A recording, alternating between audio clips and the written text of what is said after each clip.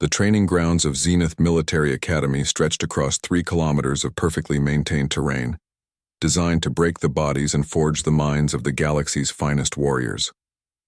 Sergeant Lyra Cain stood at attention, her human frame smaller than most of the cadets assembled before her, yet no one questioned her authority. In the 5 years since humanity had joined the Galactic Coalition, humans had earned a reputation that preceded them, unpredictable, resilient, and inexplicably good with creatures that terrified everyone else. Today's exercise was survival training in the contested zones, where cadets would learn to navigate territories claimed by neither civilization nor wilderness. The morning sun cast long shadows across the assembled ranks. Chromath warriors with their crystalline exoskeletons, Velen scouts with their enhanced sensory organs, and Theron heavy infantry, each standing nearly 3 meters tall. All of them watched Sergeant Cain with a mixture of respect and curiosity. The contested zones are home to predators that have never known domestication, Cain announced, her voice carrying across the silent field. Today you'll learn that survival isn't about dominance, it's about understanding. A low rumble rolled across the forest edge bordering the training grounds. The cadets tensed, hands instinctively moving toward their weapons. Cain noticed but didn't react. She had requested this particular addition to today's training, though she hadn't informed command of all the details. Sometimes it was easier to ask forgiveness than permission. From the tree line emerged a creature that made even the Theron warriors step back. A Cyrax prowler, one of the apex predators of the frontier worlds. Its 6-legged form moved with liquid grace, each paw the size of a human head, tipped with retractable claws that could shred titanium plating. Its fur rippled with bioluminescent patterns, a warning to any who dared approach. But this wasn't a full-grown Cyrax, it was a cub, perhaps 6 months old, already the size of an earth tiger with eyes that glowed amber in the morning light. The cadets froze. Protocol dictated immediate elimination of hostile wildlife in training zones. Fingers hovered over triggers. The Cyrax cub's ears flattened against its skull, and it released a sound that was part growl, part distress call, the cry of something young, lost, and terrified by the crowd of armed strangers. "Hold your fire," Cain commanded, her voice steady but carrying an edge that made it clear this wasn't a suggestion. The cub's massive head swiveled, scanning the assembled cadets with growing panic. Its bioluminescent patterns flashed from blue to red, aggressive warning colors. It had wandered too far from its pack, crossed into territory filled with unknown threats, and now faced dozens of predators that stood on 2 legs and smelled of metal and fear. Cain took a single step forward. Not toward the cub, but simply forward, separating herself from the formation. The movement was minimal, but it drew the cub's attention. Those amber eyes locked onto her, and for a moment, the training ground held its breath. "Easy," Cain said, her voice dropping to something softer, something that didn't carry threat or dominance, just presence, just acknowledgement. She lowered herself into a crouch, making her profile smaller, less threatening. Behind her, Cadet Throm, a chromath known for his tactical brilliance, whispered urgently, "Sergeant, the protocols," Cain interrupted without turning, "were written by species who never learned to coexist with predators. Humans did. We learned it over thousands of years, not through conquest, but through connection." The Cyrax cub took a tentative step forward, then another.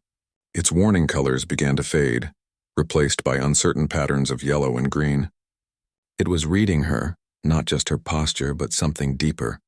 Humans emitted pheromones that other species had only recently begun to understand. Subtle chemical signals that spoke of intent and emotion without words. Cain remained perfectly still, her breathing slow and deliberate. She didn't meet the cub's eyes directly. That would be a challenge. Instead, she looked slightly to the side, acknowledging its presence without confrontation.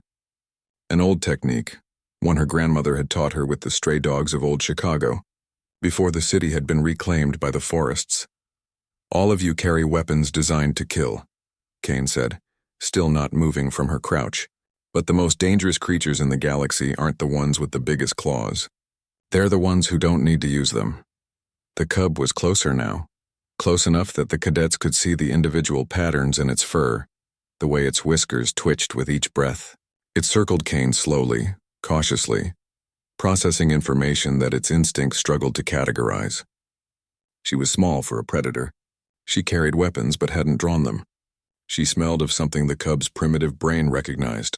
Not fear, not aggression, but something that translated across species as safety. Then, in a movement that made every cadet's heart stop, the Cyrax cub named Rix, Cain had learned its designation from the wildlife monitoring systems, closed the final distance and pressed its massive head against Cain's shoulder. The contact was gentle, almost tentative, a gesture that Cyrax cubs used with their pack members seeking comfort and confirmation. Cain slowly, carefully raised one hand and placed it against the cub's neck, fingers sliding through the thick fur. Rix rumbled, a sound that vibrated through both their bodies, but this wasn't aggression. It was something closer to a purr, a sound most xenobiologists claimed Cyrax were incapable of making. Humans, Cain said quietly, aware that every recording device in the training ground was capturing this moment, evolved alongside predators. We didn't just survive them, we befriended them. We turned wolves into dogs, wildcats into companions. We learned that strength isn't just about what you can kill.